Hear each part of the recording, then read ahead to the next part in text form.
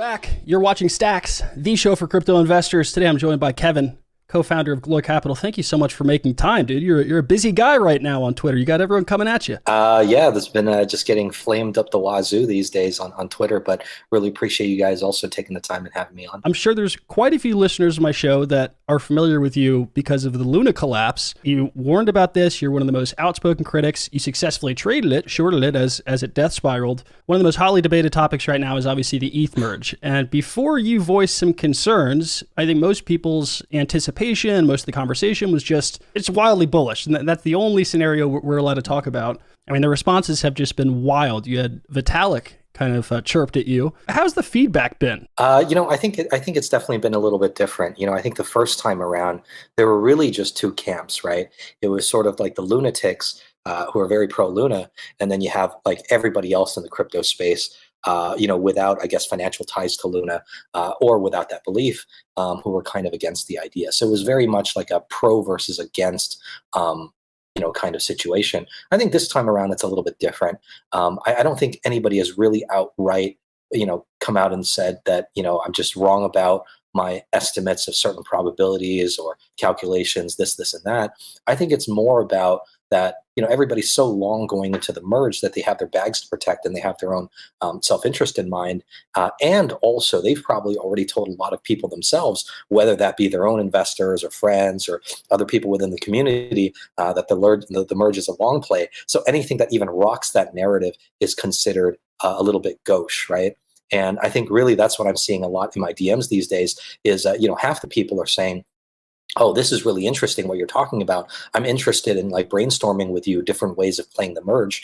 This is kind of like the trading mindset. A lot of traders have reached out. And on the other side, you have a lot of these folks that are, I would say, like mostly VCs or developers saying, not that I'm wrong, but asking me, hey, Kevin, why are you rocking the boat? This doesn't seem like a good thing to do. You might be increasing the risk of things by even talking about it, that sort of thing. So I think in this time around, I think it's less about, fundamental disagreements about the viability of something, but it's more a matter of how big are the risks and whether they should be talked about or whether that should be suppressed. And, obviously, I'm taking a lot of flack on Twitter because I do think it should be talked about. One of the beautiful things about not having outsider money myself, I'm a trader, right? This is fascinating to me. That's what I wanted to talk about is the different scenarios, how people are going to trade this, what those look like. Like, I know there's going to be some people that are upset. Why aren't you scared, though, like some of the other VCs and funds that want to protect their bags? Like, why did no one else step up, or were you just the first? Yeah, I was definitely probably pretty early. I wouldn't put it past a lot of these guys to have thought about it. I mean, they've really had 7 years to think about this, and a lot of them had lived through the fork with Ethereum Classic. So, I think some of them have thought about it, but maybe they thought that their best strategy was to not talk about it. Mm-hmm. And any amount of talking about it would only cause more chaos or mayhem. Now, obviously, I tend to disagree with that, but it's actually easier for me to talk about because I don't have super long bags of this stuff. I mean, generally, our trading desk, we run very market neutral, so fairly safe, and we don't really have a horse in the race, so it makes it easier to talk about a lot of things. I understand where a lot of the VCs are coming from in the sense that if you've already talked to your LPs about these grand ideas and these grand theses about how things are going to play out, it's going to be very hard to kind of walk that back. And you're so loaded up on this stuff long that you look kind of silly reversing course. You just kind of have to go with the narrative. So to be fair, I do think it was easier for me to talk about it, but also I think there's also this element of social pressure, right?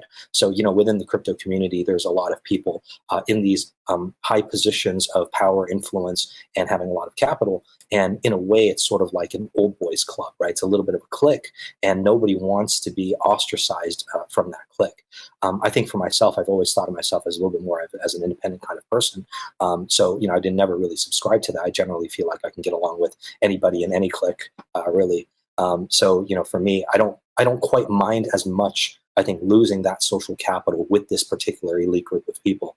I think at the end of the day, I think it's more important that the public understands what's going on so that they can position themselves well for the merge. And I think it's a bit callous and a bit careless of them to try and suppress that information and that sort of, that sort of discussion. All right, so before we get into the risks and what you brought up, what made Vitalik so angry, and what has everyone talking and thinking about really? Before we do that, I kind of want to use crypto history as a guide, because yes, the Ethereum upgrade to proof of stake is huge, and this has never happened before. But at the same time, we've had ETH and ETH Classic, we've had Bitcoin and Bitcoin Cash. We've seen the market dynamics of those. We've seen how these can play out. Do you think it's helpful to use those as a guide? I was scrolling Twitter and I saw Rashan Patel. He tweeted out a chart and reminded everyone, how Bitcoin traded up leading up to the Bitcoin Cash fork. And one of the best plays was to long spot and short futures. And, similar situation is now playing out here in ETH. You even predicted this. You said, people are going to long spot, they're going to short futures. Was that the best trade going up to it? Like, can we use those previous examples as a good guide on how to play this? Yeah, I mean, I think with history, it rhymes and never repeats. I do think it's instructive and it's informative, at least from what I've seen. And I lived through all of these forks. At least from what I've seen, there's multiple questions, right? So the first is whether or not the fork itself is accretive in value or destructive in value. Almost always in the past, at least, forks have been accretive in value, as in 1 + 1 = 3, right? That sort of idea. And this is why people really like going long into this kind of stuff. There have been cases where it's been value destructive, and I think one of the things that I've seen as a determining factor on whether which case it's going to be is how contentious the fork is, right? So if it's like a very small value fork where a very small bit of minority value goes to the unpopular chain, something like a 99-1 kind of split, generally the value is accretive. But when it gets closer to 50-50, or the minority side takes up more value, maybe even 30%, maybe even 25%, then the fork usually is destructive value, and then you get like a 1 + 1 = 1.5 kind of situation. So I think first, we should think clearly about what kind of fork this is, and then second, we should think about all the different types of plays that could be made, both pre-fork and post-fork. From our thinking, we've come up with a couple of pre-fork plays, but I think we all recognize at this point that most of the plays that can be made are just going to happen post-fork. Now, maybe just to name a couple of the sort of pre-fork plays that are possible. The first one that I posted about was, you go long spot, and then you short the quarterlies, which are these quarterly futures, and you can short them across different exchanges. You could do September, you could do December, really up to you. Probably a little bit safer to do December in case the merge gets delayed. And the idea here is that, with spot, you can get both forks or however many forks come out of the coin, as long as you're holding the underlying. And then on the future side, some exchanges are not going to settle to an index of the basket of all these coins. They're just going to settle to the highest value chain, which is probably going to be the proof of stake chain. So then you get some of that extra residual value from doing this. And, since making that post, well, at least the market thinks that I'm right, because the futures went into backwardation. So that's been playing out. Another way to do it is, I've been thinking about this too, which is, and I mentioned it, you can short STETH against ETH, right? Also market neutral, not much price risk. But what are you getting here is that, with STETH, you get no value on the ETH1 or proof of work chain, but you get full value on the proof of stake chain. But with ETH itself, you get full value on both chains, right? So if you're short the thing that only has value on one side and you're long the thing has value on both sides, you also are able to capture that residual value. And also, since talking about this, the spread between STETH and ETH has also widened. So I guess the market also thinks that this makes sense.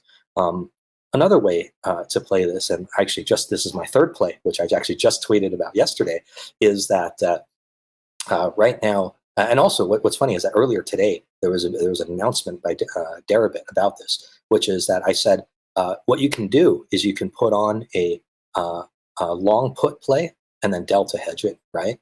And the idea here is that Deribit may not do strike adjustments for their options contracts. That's what I thought at the time. This was yesterday. And maybe just to take a step back, the reason that strike adjustments happen in options, right, in call and put options, is usually when there's like some kind of distribution or dividend paid, right? You look at equity markets, they just do these kinds of strike adjustments just to keep everything fair, right? So if Deribit is not going to do that, then things are going to bias down to the short side So longing puts make sense. You can also short calls, but it seems like longing puts is better than shorting calls because when you're long puts, you're also long vol, right? And volatility probably goes up around the merge time anyway, probably a little bit underpriced in my opinion right now. So I think, on the other side, if you just short the call, well, you get the value from not having a strike adjustment. So that works in your favor. But since you're short vol, then when the vol spikes, it works against you. So it's not as much of a kind of clean, more obvious play. So I think, shorting puts, makes sense. Or buying puts, really. Buying puts make sense. So, if I'm right, then what we should see is that we should see the put-call ratio, which is, last I checked yesterday, it was 0.22. That number should go up, right? And we'll see this time for the third time whether the market agrees with me or not. And also, there's various, other plays that, I might just post about over time. But I think, it's a lot more difficult to think about plays that you can put on pre-fork than it is post-fork. So it requires a lot more kind of digging and consideration, especially if you don't want to take price risk. If you want to take price risk, well, there's a whole bunch of stuff you can do. But if you don't want to take price risk, you have to create like some interesting structures. On that first strategy you mentioned is probably the one that most people have seen. I would say some listeners of the show are probably doing, right? Long spot and shorting futures. You tweeted the other day that that's actually helping ETH2. Can you explain how that is helping ETH2? Well, I got to refresh my memory there. I don't remember exactly what my thought was on that particular one. Do you remember what tweet it was? I remember it was GCR talked about this. He said that the buying spot ETH and shorting futures trade being super overcrowded. I guess he's saying that it's going to unleash insane selling pressure on the ETH proof of work fork. So we're in this interesting world now because of some of the ideas, trades, discussions you've already sparked. Some people thought it would harm ETH. In actuality, it's already kind of helping ETH, or some of them are. Yeah, no, I definitely agree. I think it's always hard to talk about these kinds of secondary, tertiary, these knock-on effects, right? Because on the surface it might look like one thing. Behind the scenes, maybe after a couple of layers, maybe it's the opposite. I think on that point, I think GCR is somewhat right? And in the sense that if people putting on this backwardated futures play, they're just looking to capture this residual value from ETH1 and then just immediately dump it after the fork, then that does increase the selling pressure on ETH1, and then that way helps ETH2, right? Because then they get to crush the competition. They get to export chaos sort of to the other chain. Now, on the other hand, you could say that maybe not all of it is sold, right? Maybe some people actually keep some of this residual value because they actually think it's going to be like worth more in the future. Always hard to say. What I imagine is going to happen, and I could be wrong about this, but what I imagine is going to happen is that now that there's these chain futures that are available, right? So on Poloniex, on BitMEX, you can kind of trade these proof of work, ETH proof of work and ETH proof of stake coins before the merge actually happens, right? And it'll settle to these individual coins after the merge. So already there's this kind of like prediction market on what's going to happen. So I imagine that if there's enough liquidity there, a lot of the people who want to sell this proof of work coin can even sell it ahead of the merge, right? They can split their ETH and then only take the proof of stake side of it. So I imagine there's going to be some kind of dump on the proof of work coin, at least in the short term, just from this. And then after the merge, when the physical coins basically get released, there's also going to be a dump, and there's also going to be all sorts of like pandemonium and craziness on DeFi. And some of the people doing that are just going to dump the proof of work coin. And my question really is, after those 2 seasons of dumping are over, where does the value of the proof of work chain sort of rest, right, and sort of equilibrate? And my best guess right now is I think about maybe 5 to 6%, right? Meaning that 5 versus 95 or 6 versus 94 proof of work against proof of stake. I think that's a pretty reasonable guess for now. But I'm constantly reassessing and constantly changing my opinions. So, just based on new information that comes in. And in that scenario, as you mentioned, one of the first considerations you have to make is this going to be accretive or is this going to be destructive? We've had forks in the past. I think most of them have been accretive, as you said. In that scenario where ETH1, the proof of work one, is only worth about 5 or 6%, it's worth 0.05 ETH. Do you think it's likely that we see destructive? I'm struggling to see that scenario that plays out where 1 and 1 don't add up to 2, or at least 2. Yeah, so I would say there's definitely situations like that, and I don't want to make any specific prediction about accretiveness or destructiveness as of yet. I think it's still unclear. Now, I would say that all other circumstances equal, I would say that a 595 kind of split is probably slightly accretive, but there are some unique circumstances this time around. So, I mentioned earlier this concept of exporting chaos, and maybe I'll explain kind of what I mean by that, which is that at the end of the day, the more value that the adversary chain gets, right, well, regardless if you're looking from the standpoint of ETH1 or ETH2, the more value that the adversary chain gets, the more wrecked your own DeFi will be, right? So like in a 50-50 split situation, they're both entirely wrecked, right? Yeah. In a 99-1 situation, the one side is utterly wrecked and the 99 side is just very, very minorly basically scratched, right? And the reason is that we should, people always talk about the Armageddon or the sort of pandemonium that's going to happen in the first few MEV blocks of ETH1. But I also think that there's going to be something to be had on the ETH2 side, right? So even with like a 95-5 split, at least things that are on the margin that are about to get liquidated, right? Let's say in terms of loans in DeFi on the ETH2 side, things that are on the margin are going to get liquidated, right? And that might not be too much damage, right? Like, crypto vol is so high, random 5% moves happen all the time, right? So like even if the price gaps 5%, and maybe it's not terrible, but there's at least going to be some liquidations even on the ETH2 side, if there's material value in the ETH1 side. And I would also say that if you look at like the AMMs, for example, if you're an LP going into the merge and you're basically LPing into like, let's say Uniswap or some of these AMMs, you're immediately going to absorb on the ETH2 chain, in this 95-5 case, you're immediately going to absorb 5% impermanent loss, right? And then on top of that, on the ETH1 chain, probably since you're not running NVD, you're going to absorb 100% impermanent loss, right? So you're basically losing 100% of 5%, and then you're losing basically 5% of 95%. I mean, almost 10%. You just take a loss just straight out, right? So it's like then you can reason it backwards and say, if it is the case that LPs are going to get wrecked on both sides for about 10% on a 95-5 split, then maybe it doesn't even make sense to be an LP going into the merge, right?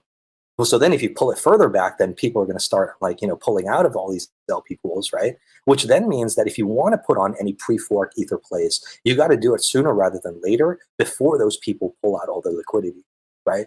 So then there's always these kind of like sort of propagating effects backward in time from reasoning that you do about things that could happen in the future, right? And then even these things that happen in the future, of course, are probabilistic, right? So there's all these different forking paths, branching paths. So you look at each of the scenarios, and each of these scenarios have rippling effects backward in time, right? So that basically instructs you then how to set up your own plays. It's almost like, I don't know how someone wouldn't just freeze based on analysis paralysis. There's so many scenarios. Like even as you just said, like talking about some of these is going to make someone want to put on the trade sooner. Like someone listening to this now might want to put on that trade sooner, and they think about the other guy who wants to put it on before him, and what happens when the LPs leave right before it and your trade's on. Like what?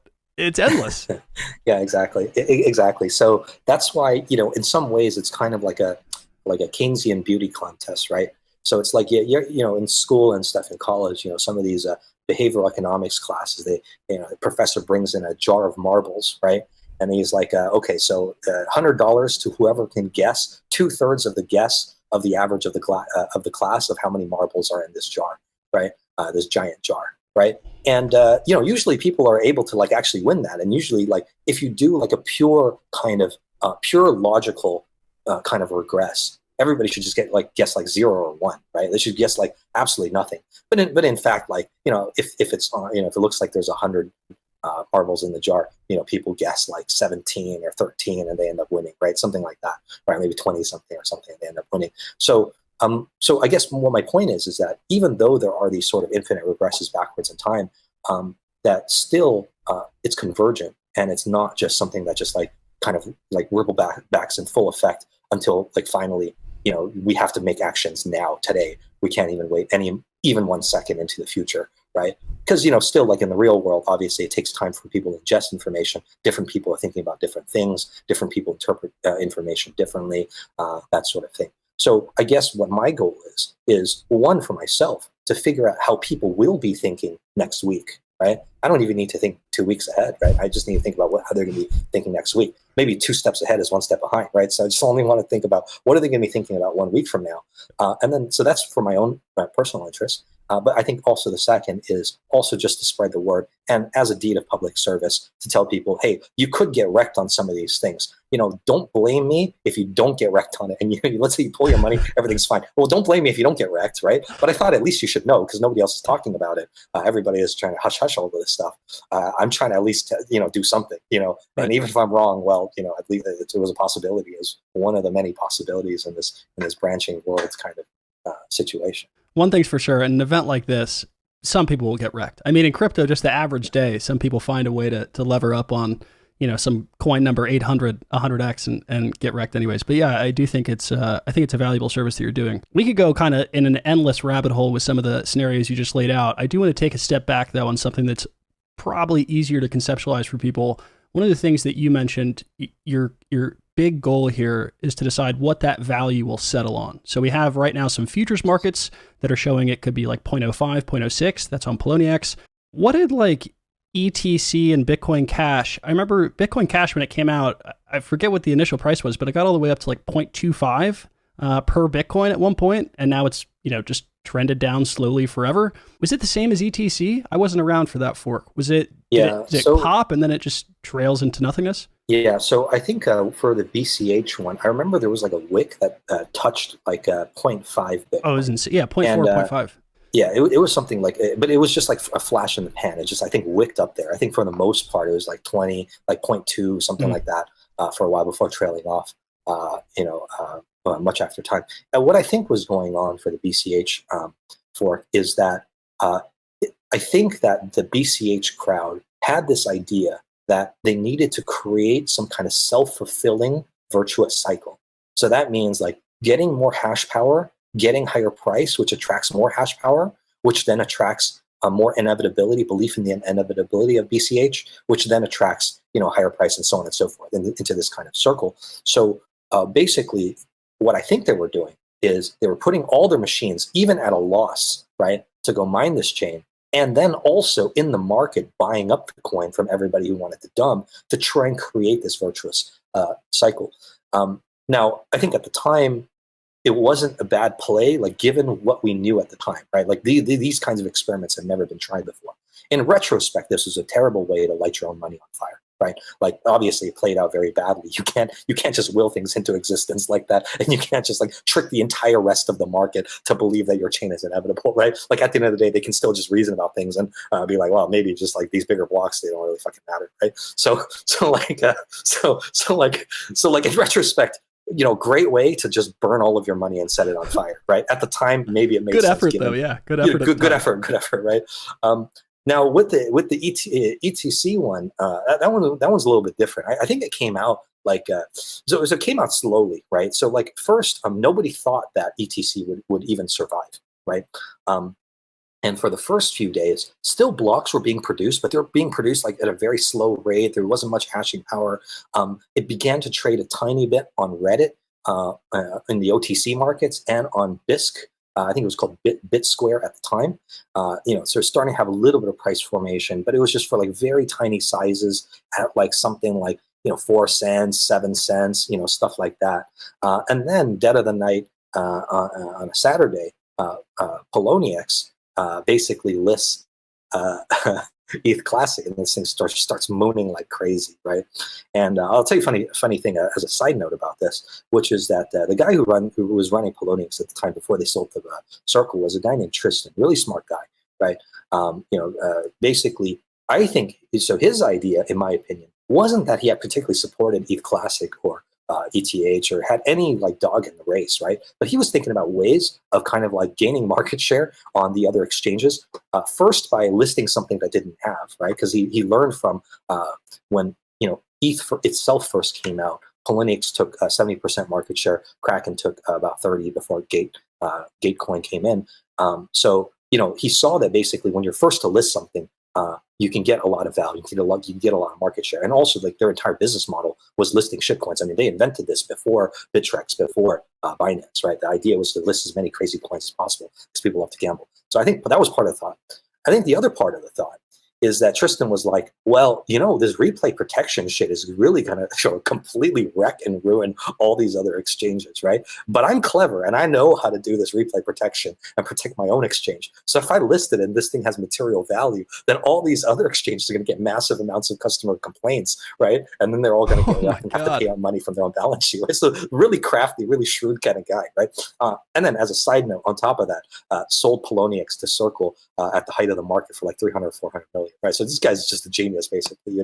That was a little bit like a Mark Cuban kind of move. Right, this is like he fleeced Circle like the Cuban fleeced Yahoo. Right, but in any case, don't want to cast too many more aspersions there. But in any case, so Poloniex listed in the middle of the night, right, and then this thing starts mooning, and then I think it kind of settled for some period of time. At about 10%. So it was like a 10-90 kind of split before finally trailing off over the next couple of years. In the end, it did turn out that it was more important to have the devs and that support and all these apps rather than, just kind of like the purity of the chain, right? This kind of like code is law, purism. So in that sense, social consensus and developers won out, at least for that particular battle. And basically over time, it trended down to maybe about like a 298 split, or like a something like that, 1.5, 98.5, something like that kind of split over time. What's strange when I look at CoinGecko, and I imagine that new entrants to crypto, I can't even imagine how confusing this is, but having seen some of this stuff play out and knowing the history, it's a little bit easier for me. But still, as I look at Ethereum Classic and I look at Bitcoin Cash, you look at these forks where there's nothing going on, to say it nicely. There's no development. There's no ecosystem. There's no chance it's going to overtake the other one. But still, if you go on the site right now, or you go try to trade it on exchange, you buy it, you have Bitcoin Cash is market cap of 2.8 billion. It's number 32. Mm-hmm. And then if you go to Ethereum Classic, it's ranked at number 19, the 19th largest coin. Ethereum Classic, market cap of $5 billion. I know that those things have dwindled into irrelevance, but at the same time, well, maybe Ethereum Classic is kind of relevant again.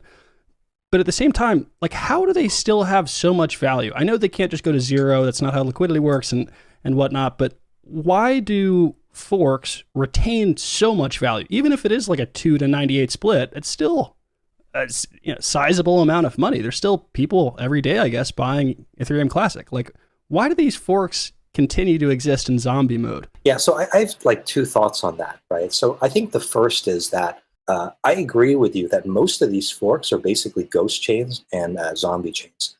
They really shouldn't have, based on like intrinsic kind of fundamental valuation, the kinds of value that they show on their market cap.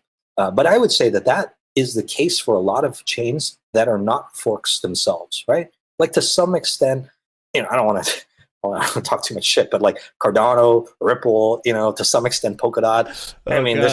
Nobody really talks about this stuff, right? But it's like nothing's really going on. Your notifications are going to be on fire. Yeah, I know. I'm literally just gonna piss off every community, right? Like it's just like at this point, but in any case, like I think everybody who's like sort of been in crypto for a while and on crypto Twitter a lot would agree with me that there's a lot of chains that are kind of like ghost chains with tons of like market cap. Now, some of that might be, great PR.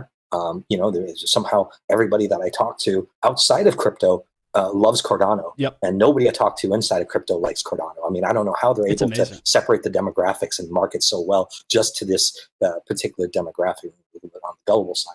But in any case, so I think that like regardless of what people are doing, whether it's good marketing or they basically fleece institutions, maybe like Ripple, for example, for whatever reason, these are able to maintain some kind of, market cap with good trading volume. So like a lot of size is crossing at these kinds of prices, right?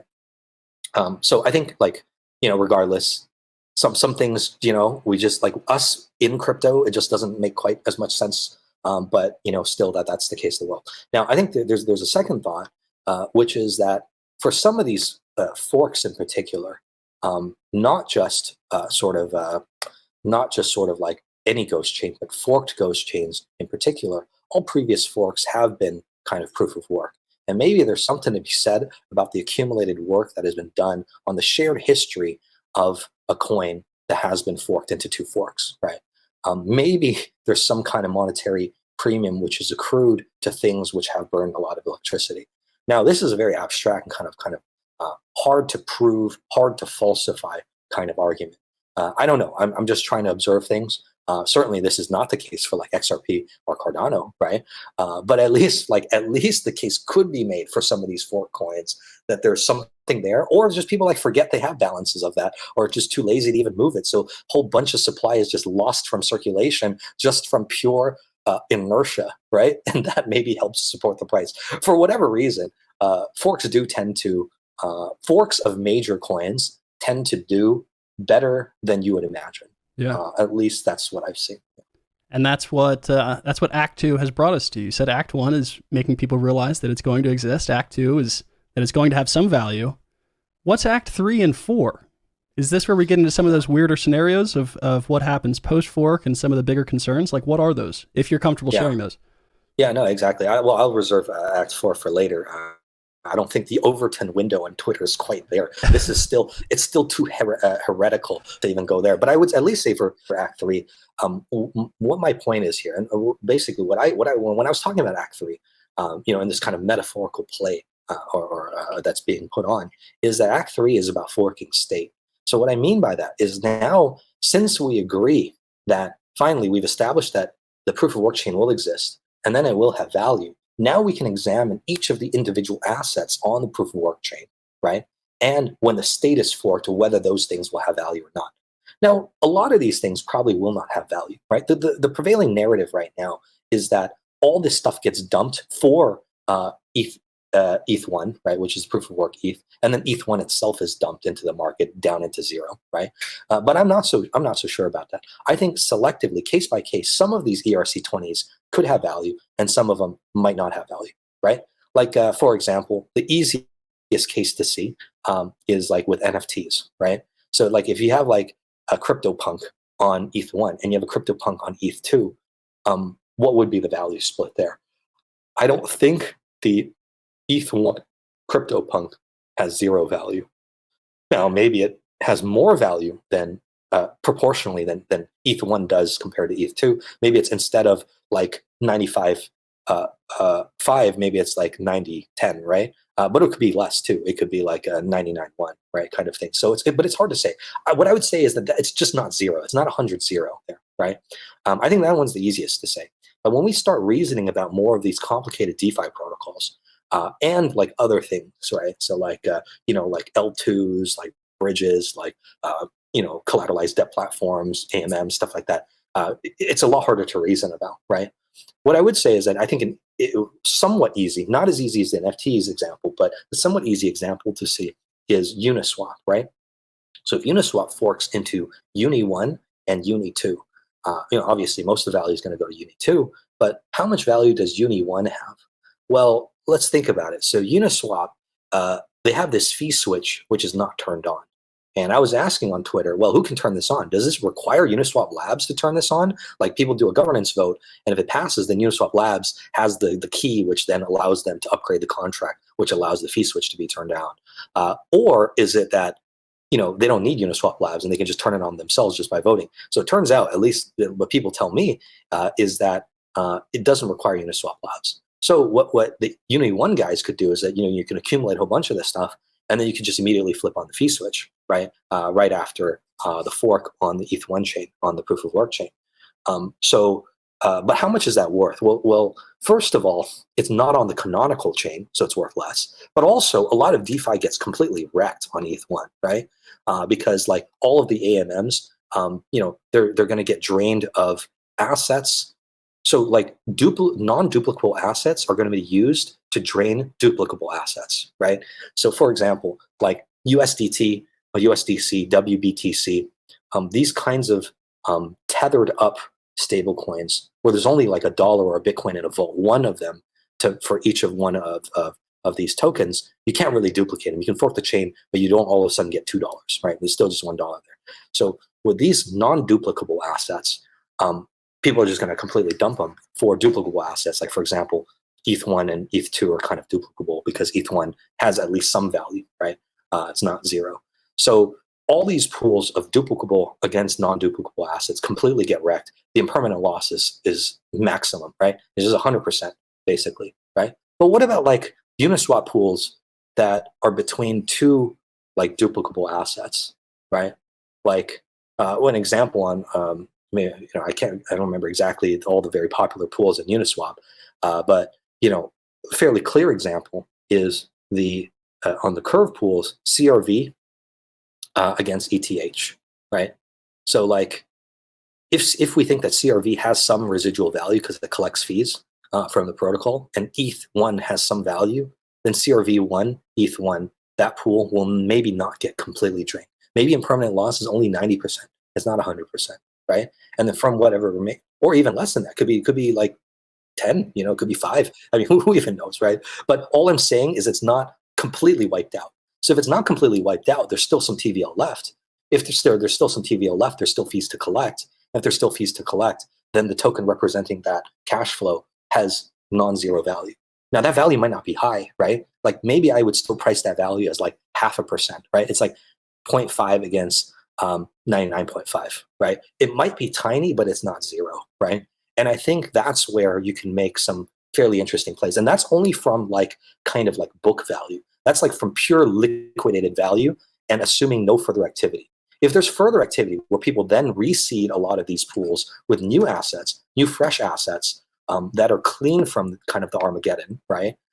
Then TVL can build up, more fees can be extracted, and hence the token can be worth more, right? But even from like a complete liquidated book value, probably CRV1 and Uni1 have some value, right? That's non-zero. So that's that's kind of like where I'm going with Act 3 in this idea about forking state, is the very careful consideration of each individual protocol as well as each pool within each individual protocol, and then figuring out how much residual value could be left under very pessimistic circumstances, and then making estimates from there on how much usage value could be derived once things settle and everything calms down. Even the first part of that, before we get into the more complex things like duplicable or not duplicable, just thinking about NFTs, the CryptoPunks example. Let's say you hold, CryptoPunk, then you have this CryptoPunk 1 and CryptoPunk 2.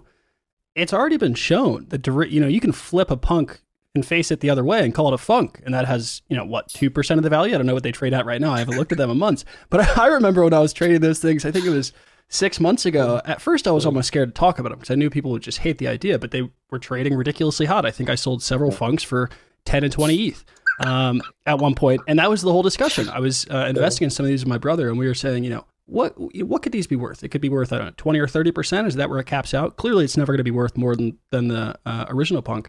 But we've already shown, I don't want to digress too much, we've already shown that derivative NFTs can have some value by doing almost nothing, right? There's some amount of people that either believe that's the true vision or the true version of it, or maybe the NFT project updated the code and they like that one, right? So NFTs have already gone through this fork and derivative thing, and there's going to be maybe a group of grifters that just wants to trick people, and maybe a group of believers that actually thinks that's the legit one. And I think we're going to have the exact same thing for a lot of the high value NFTs, a lot of the blue chip NFTs, as you said, especially things that pride themselves on provenance, right? Like, what's the original piece of art?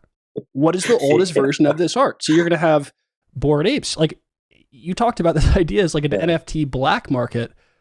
In a sense, every NFT is going to now, even if it didn't have a derivative, even if every punk didn't have a funk, every single project is going to have that. And people are going to have to decide. That is going to be wild, man. Like, what would you pay for the nicest punk on ETH1? I don't know. Like, I'm sure there's going to be some guys that pay millions. I would pay more than zero, I would say hard to say, but I would definitely pay more than zero. And I think at least has some value. Now, I think what you bring up about like the funks with the, left facing, right facing, hilarious. Because they also have like the ether rocks, right? Because they got left facing and right facing ether rocks. Super funny stuff. I think that there's some play to be made for some people, right? Who maybe are particularly trolly, right? Who it's somewhere in between like true belief and a grift. and I would call it like sort of like griefing, right? So you buy like one of your favorite influencers, like Punk, right? And then you just use it as your profile pic, and you just got grief them, right? And it's like a small, you pay like 1% of the value, 2% or 5% of the value, just to be able to kind of like semi-legitimately be able to say, like, I kind of do own this Punk, so I can use it as my profile pic, right? Even though like everybody's going to be furious, but you could just like troll people and use grief people like that, especially if you like particularly don't like a particular influencer, right? You just get their particular Punk and just grief them all day. So I think there's at least some humor value in it. There's some meme value, there's some griefing value, on top of like even trying to play the game of arguing about the actual provenance, right? That's what I mean. It's actually a question, like who does know the answer? I guess it's actually a debate that should be had. Now, I'm not at all suggesting that ETH1 NFTs should be worth more and those are the original ones, but I do think we've already shown that people can try to say Funks are the original one, because they are based on this, and they have the ethos more versus the other ones. So I imagine this is going to be a debate, not only that you're having right now with ETH1 versus ETH2, every single NFT community out there is going to have a war about this. There's going to be a civil war in every single one. There's going to be an ape civil war, a punk one. I mean, go down the list.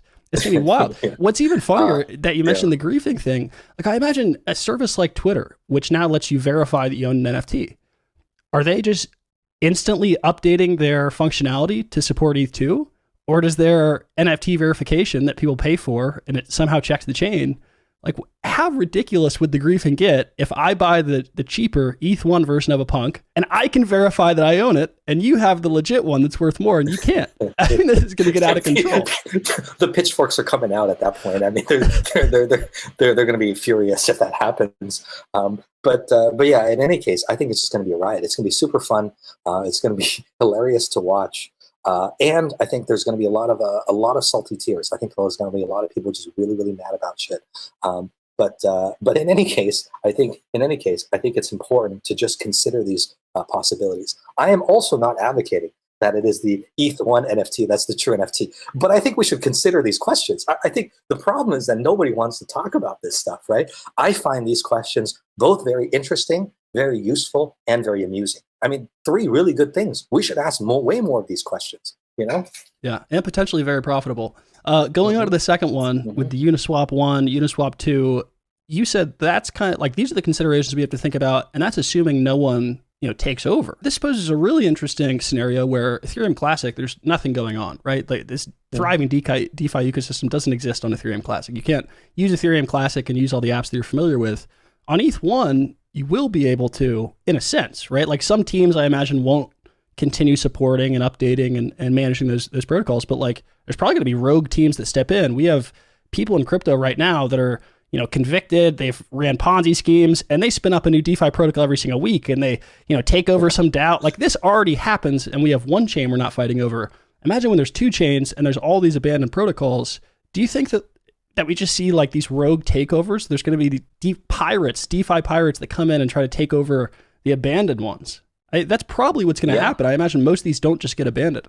Yeah, no, I definitely agree. I think there's never any shortage of opportunists in crypto. So if these projects don't maintain their own project on the proof of work chain, I'm sure somebody is going to step in at some point and try and scoop up these governance tokens, make themselves kind of like the de facto leader, and then like to build whatever they want to build at that point.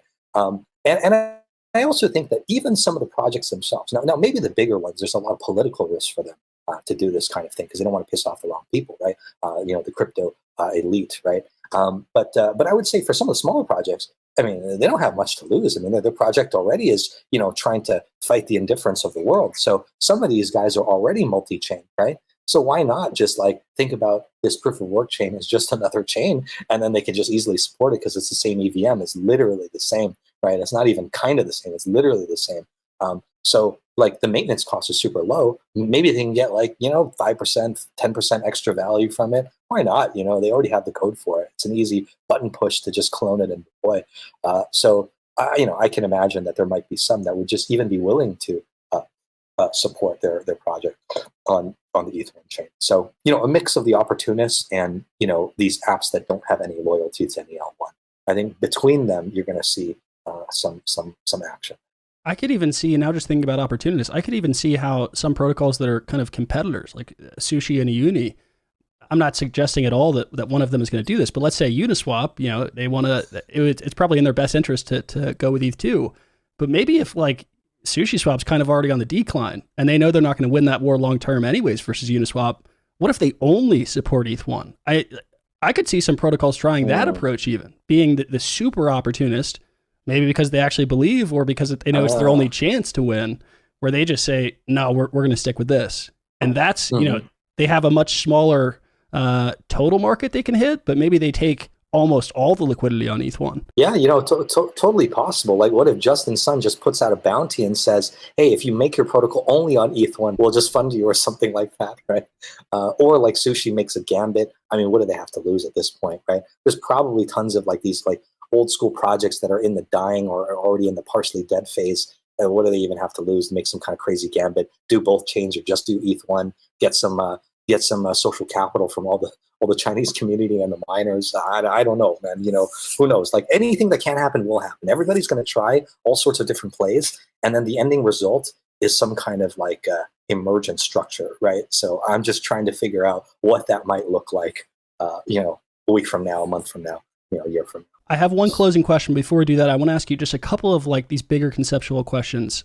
Just kind of curious what you've seen. If I haven't seen some of the info, you might have it. You tweeted out that it almost makes more sense for Ethereum people to support ETC leading up to this because it hurts the chances of this ETH1 having, significant value or more value than it should. Do you think that's actually a viable approach leading up to it? Like, should more Ethereum people consider support? Like, I think you even mentioned this to Vitalik. It was like, this could be a better outcome than not discussing and saying this ETH1 isn't going to have value. Maybe we do support this. Do you think that's a valid approach?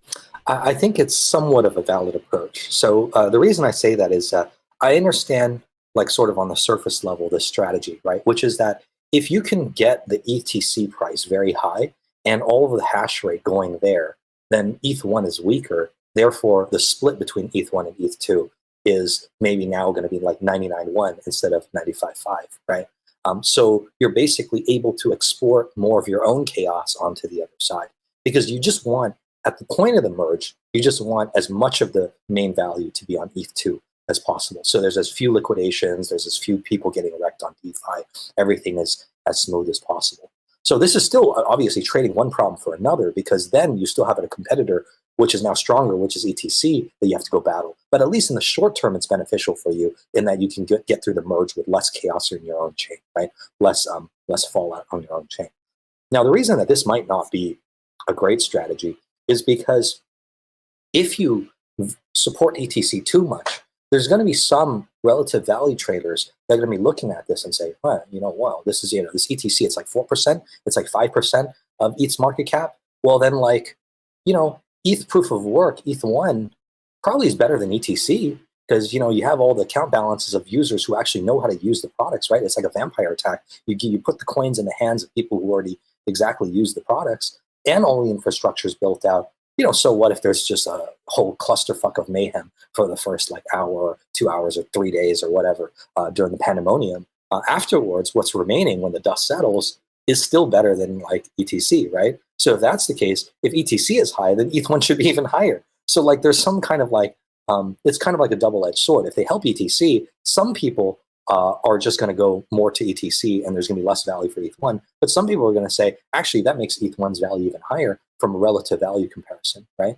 And then the other thought too is that you're still going to have to deal with it at the end of the day. If you jack up like ETC like way too high, you're still going to have to deal with them as a potential competitor into the future. And on top of that, just raising their price and pushing hashing rate towards them is not fully sort of like, it's not marginal, it's not valuable on the margin. And what I mean by that is that as long as there's not enough demand on ETC, you don't need an extremely high security budget, right? You get diminishing returns on the hashing rate as it goes well past the demanded amount of security, right? So like at some point, you're just kind of like, first of all, you kind of like ETC can't even absorb all that hash rate that ETH has just because of the differences in total demand. And then the second thing is that if ETH2 wants to help ETC generate things on the demand side, you better be sure that you're trying to generate temporary demand rather than permanent demand. if you generate too permanent demand, all of a sudden, well, you just created a competitor for yourself. You know what I mean? So it's like they're kind of in a tricky spot. They have to like basically thread the needle here. I think it's not easy. And I also think if they start playing these kinds of games, which is fairly antagonistic to ETH1, and ETH1 is going to start playing a lot more antagonistic games to ETH2, it causes for more of a rupture later on when the merge actually happens, right? Like there are some things that ETH1 and ETH2 now can still cooperate on. If all those bridges get burned, then there's really nothing that they can cooperate on, right? Like imagine extreme griefing attacks, right? Like the ETH1 crowd, you crush them so hard. Now they know their chain is not viable. It's still pre-fork. Now all their entire job is just going to grief you. They're just going to follow you on the chain ID. Whatever chain ID you choose, they're just going to hop on the same chain ID, make replay attacks like abundant everywhere, right? They're going to name themselves real Ethereum, right? Instead of proof of work Ethereum, they're just going to call themselves true Ethereum or real Ethereum, right? They're just going to create confusion, create panic. Obviously, not kind. Obviously, very grifty. But there is a point at which the value for ETH1 is so low that the only value they have is just to grief the other side, right? So the whole thing is a very delicate balance. It's like I drew the analogy in my tweets to basically this ancient sort of Chinese classic called The Romance of the Three Kingdoms. Basically, the story, very quick summary, is that there's three mighty kingdoms that are all just vying for power within China. And I think it's just kind of appropriate because in this sense, we have three different factions. We have the ETC, ETH1, and ETH2 factions. So, in these kinds of tripolar games, it's very, very tricky how to maintain the correct balance of power and who's truly allied with who. There's all sorts of different types of cooperation that can happen between any binary pair of each of these three groups. So a lot to think about, a lot of sort of games that are being played, a lot of strategy being employed. Some might backfire, some might not.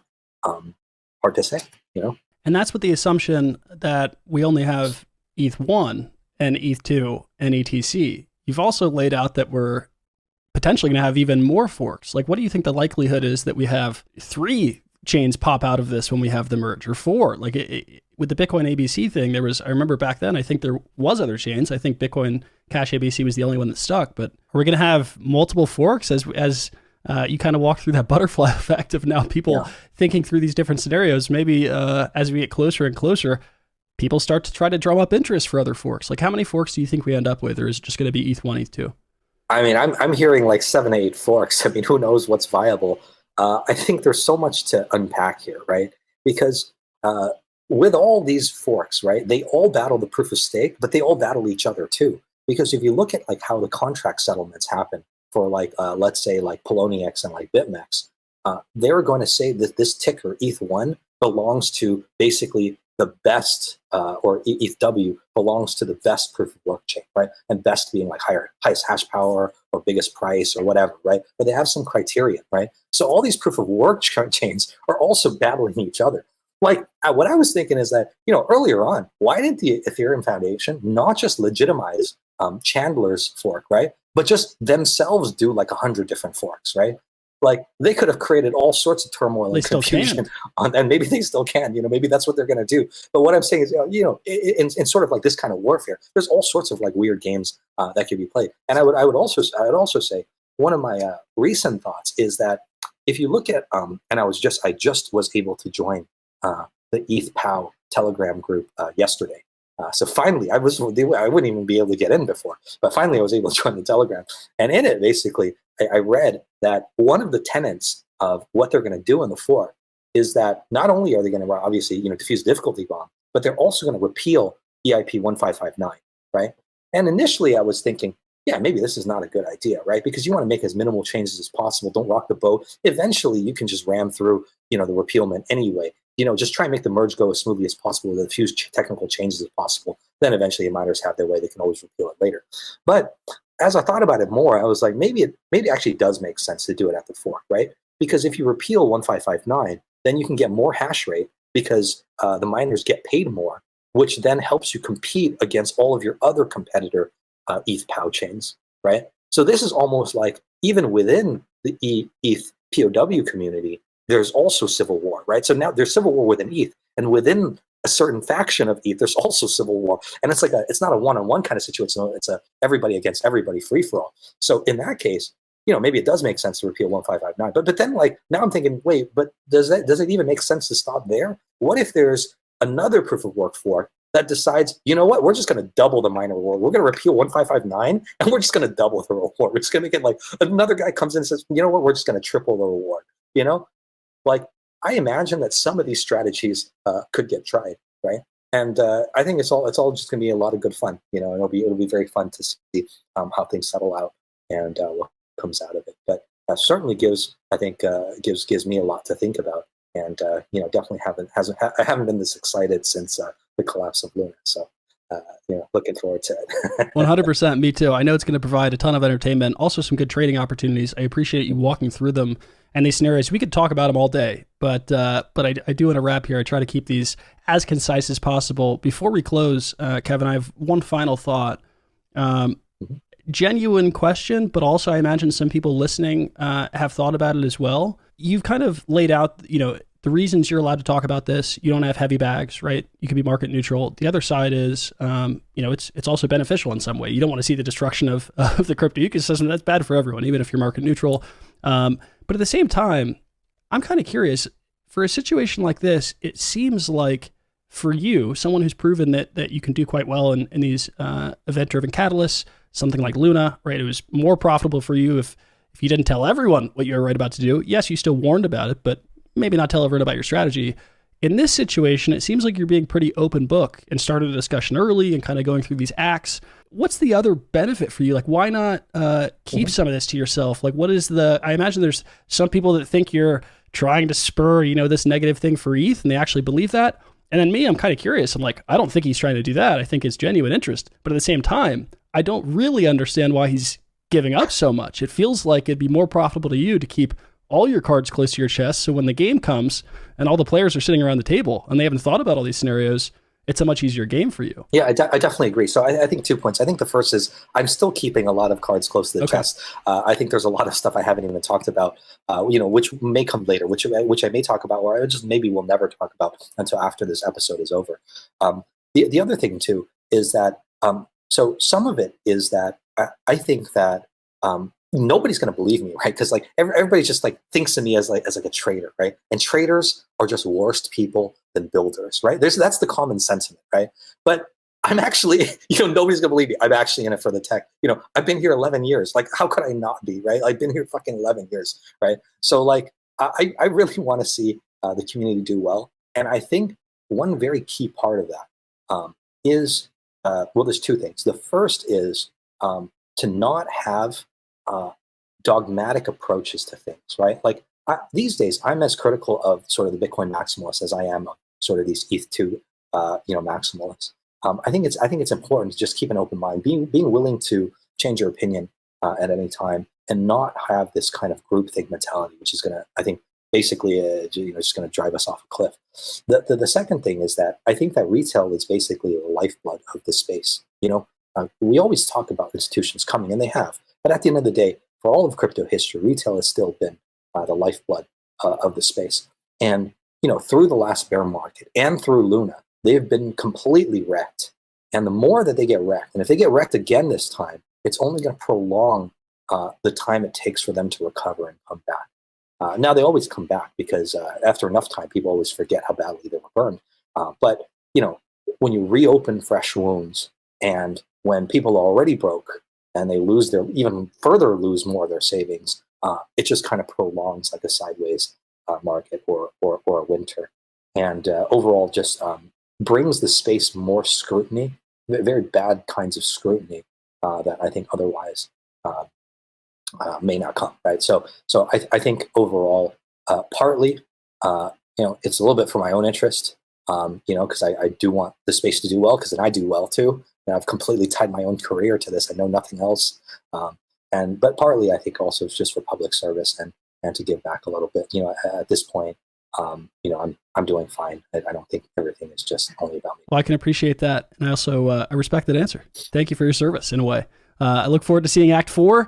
Even if the people on Twitter, it drives them crazy, I'm looking forward to it. I absolutely love it. And I know these next couple of weeks, I guess we have 1 month potentially until the merge. This is going to be pure entertainment. Kevin, appreciate you so much for walking through this. For anyone listening, if you're listening on iTunes and Spotify, his information is down below.